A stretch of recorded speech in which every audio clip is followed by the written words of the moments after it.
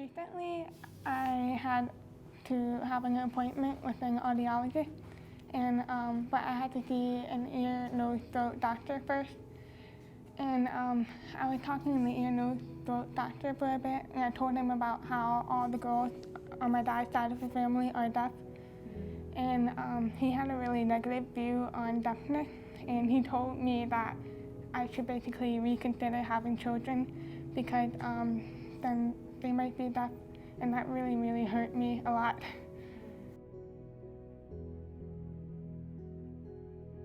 I was just really quiet. I started screaming with anger inside. I was just so hurt that he was saying something like that. But I just said I'm okay with having children. I don't need your input on that. And I just got up and left.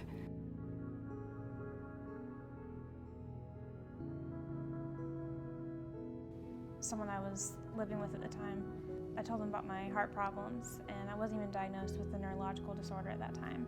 I had an English professor who told me, I gave her a writing assignment and she was like, Emily, this is such a great assignment, the creativity behind it and everything. I was like, I know. My condition is Tourette's, so I'll make sudden noises and movements that I can't control. They can be pretty loud at times.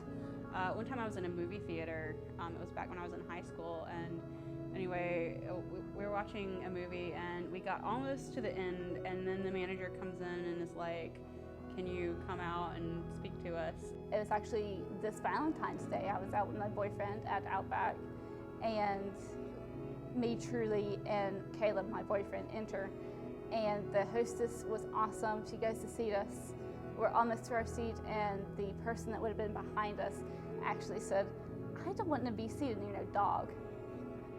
And their first response was just so how much time did they give you? And it was how much time did they give you? And she was like, Emily, what do you want to do after high school? I was like, well, I'm gonna go to a large 4-year university. That is definitely what I'm doing. What do you mean? And she just pushed the paper forward and said, Emily, I don't think this is college material. I think you seriously need to reevaluate your life and what you're going to do. It turned out that people had been complaining because my tics, that's what the noises are called, or the movements are called, were distracting everybody from the movie. So that was pretty, that was kind of a rough night. I was very angry. Caleb was angry, the hostess was angry. So we actually ended up being seated at the opposite end of the restaurant.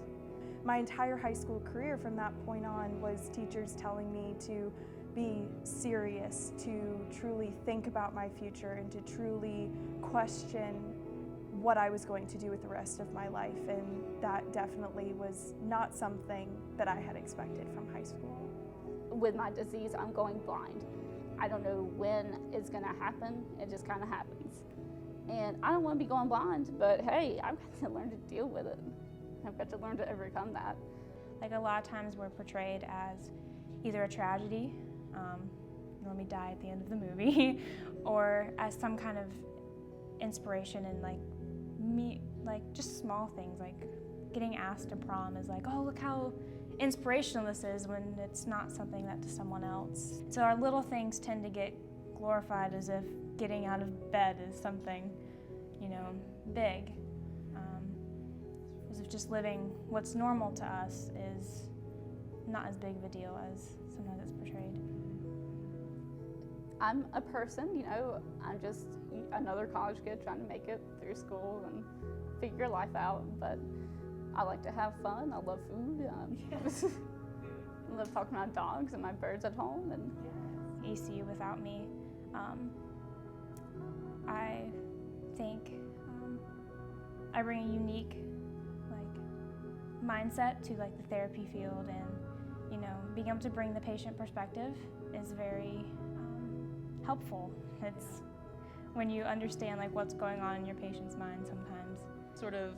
My puppy brings, sort of a good energy to the room, and I think seeing diversity on campus sort of helps people understand that, we're not all exactly alike, but there's more to people than just what meets the eye. And I think, just the sort of idea of getting to know people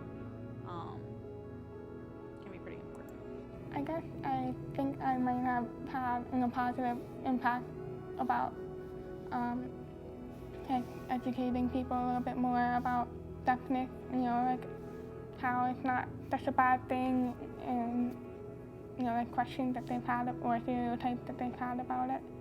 I think if there weren't students like me, I don't think we would have a STEP program. Like, I know I came in later, that like I wouldn't have been here if we didn't have a STEP program.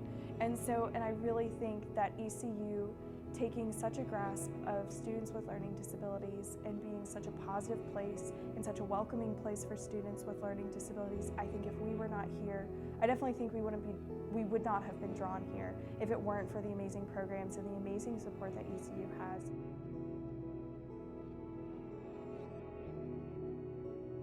Hashtag ECU without me. Hashtag ECU without me. Hashtag ECU without me. Hashtag ECU without me. Hashtag ECU without me.